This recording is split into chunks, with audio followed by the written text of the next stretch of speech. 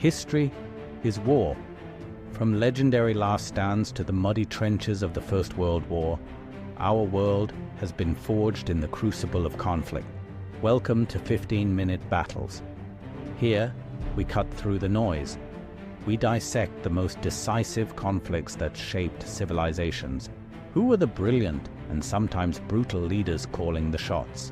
Every single episode is a deep dive into the strategy, the critical turning points, and the very real human cost of war, all distilled for you in just 15 minutes.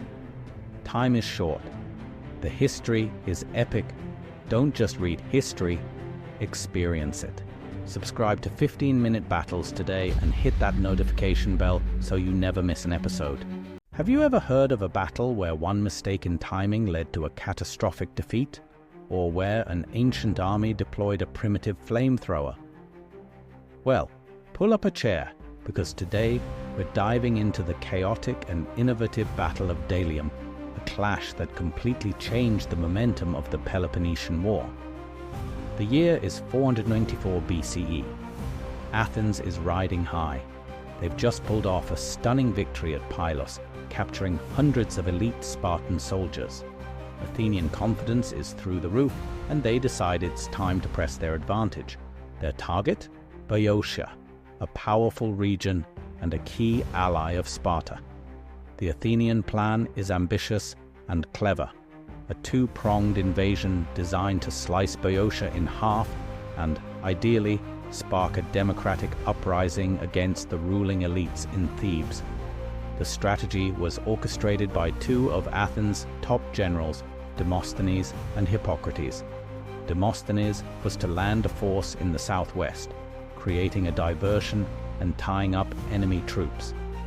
Meanwhile, Hippocrates would march the main Athenian army overland to seize and fortify the sanctuary of Delium near the border with Attica. If all went according to plan, the Boeotians would be caught between two Athenian forces, their power broken and their loyalty to Sparta shattered. It was a bold gamble that promised a huge reward. But as we all know, in war, even the best laid plans can go horribly wrong. And that's exactly what happened. The entire Athenian strategy hinged on perfect coordination, and it failed almost immediately. Demosthenes, for reasons lost to history, mistimed his part of the operation. He arrived too late, his force was repulsed, and the southern prong of the attack completely fizzled out. The critical diversion never materialized. Up north, General Hippocrates was completely in the dark. With no way to communicate quickly over long distances, he had no idea that Demosthenes had failed. Believing the plan was still in motion, he proceeded with his objective. He marched his army of roughly 18,000 soldiers to the sacred sanctuary of Delium. Once there, his troops got to work, transforming the holy site into a makeshift military fort. They dug a deep trench and erected a wooden palisade, creating a forward operating base right on Thebes' doorstep. After about 5 days of work, the fortifications were complete. Hippocrates left a small garrison behind and began the march back to Athens, believing his mission was a success. His army was strung out in marching order, not expecting a fight. They thought the danger was past. They were fatally mistaken. Just as the Athenians were preparing to cross back into their own territory, they were met with a shocking sight. Cresting the nearby hills was the entire Boeotian army, ready for battle. The Theban general, Pagondas, had moved with incredible speed. He had argued passionately to his fellow Boeotian leaders that they couldn't just let the Athenians walk into their land, build a fort, and walk away. He convinced them to intercept the invaders before they could escape. Pagondas managed to scrape together a force of about 18,000 hoplites, nearly matching the Athenians in number. But Pagondas wasn't just relying on numbers, he had a revolutionary new tactic up his sleeve. Traditionally, Greek hoplite armies fought in a phalanx formation, typically about 8 to 12 ranks deep. This created a solid wall of shields and spears. It was a proven system, but Pagondas decided to innovate. He knew his most elite soldiers were the Thebans themselves. So, on the right wing of his army, where battles were often decided, he did something unprecedented. He stacked his Theban hoplites into a massive, dense formation, a staggering 25 men deep. Think about that. It was more than double the normal depth. This wasn't just a wall of soldiers, it was a human battering ram. The goal wasn't just to hold the line, it was to generate unstoppable physical force and smash right through the Athenian formation. The sheer mass and pushing power, or orthismos, of this deep phalanx was designed to be overwhelming. It was a gamble, as it weakened other parts of his line, but Pagondas was betting it all on this one decisive, crushing blow. As the two armies faced each other, the tension was immense. The battle opened with the cavalry from both sides clashing in a swirling, chaotic fight on the flanks. Soon after, the main infantry lines advanced, marching steadily towards each other until they crashed together with a terrifying sound of splintering wood, grinding shields, and human shouts. On one side of the battlefield, things were actually going well for Athens. Their right wing held firm against the weaker contingents of the Boeotian army on the left. In fact, the Athenians started to gain the upper hand, pushing the Boeotians back and threatening to encircle them. For a moment, it might have looked like an Athenian victory was possible, but on the other side of the field, a very different story was unfolding. This is where Pagondas's tactical genius paid off. The super-deep, 25-rank Theban phalanx hit the Athenian left wing like a tidal wave. The Athenian hoplites, arranged in their standard 8-rank formation, simply couldn't withstand the immense pressure. Imagine trying to hold a door shut against a dozen people pushing from the other side. It is a losing fight. The sheer weight and momentum of the Theban formation was unstoppable. The Athenian line buckled, then shattered. The Theban breakthrough was immediate and decisive. Once one flank of a phalanx collapses, the entire formation is compromised. Soldiers who were fighting bravely moments before suddenly found enemy spears in their sides and backs. Panic is contagious, and it spread like wildfire through the Athenian ranks. The disciplined Athenian army, which had marched so confidently into Boeotia, disintegrated.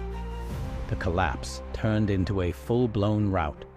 Soldiers dropped their heavy shields and ran for their lives, trying to make it back to the relative safety of the Delium fort or the hills leading to Athens. Order and cohesion were gone. It was every man for himself. The Boeotians, sensing total victory, showed no mercy. Their cavalry, which had driven off the Athenian horsemen, now mercilessly hunted down the fleeing infantry, cutting them down as they ran. The pursuit was relentless and brutal, but the horror for the Athenians wasn't over yet. After routing the main army, the Boeotians turned their attention to the Athenian garrison, still holding the fortified sanctuary at Delium. And here they unveiled another surprise. The wooden palisade of the fort was strong, but the Boeotians brought a piece of battlefield technology that no one had ever seen before. They rolled up a bizarre contraption, a massive, hollowed-out log plated with iron and mounted on a cart. Attached to one end was a huge blacksmith's bellows. Inside the log, they placed a cauldron filled with a flammable mixture of burning coals, sulfur, and pitch. They maneuvered this device close to the wooden wall, and then a soldier began pumping the bellows with all his might. This shot a powerful jet of air through the log, igniting the mixture and projecting a massive plume of fire and suffocating smoke directly onto the wooden fortifications. It was, for all intents and purposes, a primitive flamethrower. The fire bellows, as it was called, worked perfectly. The wooden fort quickly caught fire, and the smoke and flame drove the terrified Athenian defenders out into the open, where they were easily defeated. The Battle of Delium was an unmitigated disaster for Athens. They suffered over 1,000 casualties, a huge number for a single day's hoplite battle. Among the dead was the general Hippocrates himself. One of the survivors, incidentally, was a humble foot soldier who would later become rather famous, the philosopher Socrates. The defeat completely stalled the momentum Athens had gained at Pylos. Their bold plan to neutralize Boeotia had backfired spectacularly. Instead of breaking Theban power, the battle confirmed it. Gondas' innovative use of the deep phalanx was a tactical masterpiece, providing an early blueprint for the strategies that Thebes would use to dominate Greece decades later at the Battle of Boeotia. Delium was a brutal lesson for Athens. Confidence and a clever plan were no match for battlefield innovation and a single, fatal mistake in timing. Thank you so much for joining me on this deep dive into ancient military history. If you found this story as fascinating as I do, please hit that like button and subscribe for more tales of strategy, innovation, and epic conflict. Let me know in the comments what other battles you'd like to see covered. See you next time. Thank you for journeying with us through the echoes of history's most pivotal battlefields.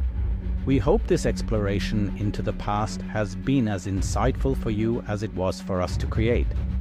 If you enjoyed this deep dive, please show your support by hitting that like button. It truly helps us out. Share this video with any fellow history buffs you know. And if you haven't already, subscribe to our channel, Battles Through History, for more epic tales. Don't forget to ring the notification bell so you'll be the first to know when we march into our next chapter. We love hearing from you, so drop your thoughts in the comments below. Until next time, keep the spirit of exploration alive.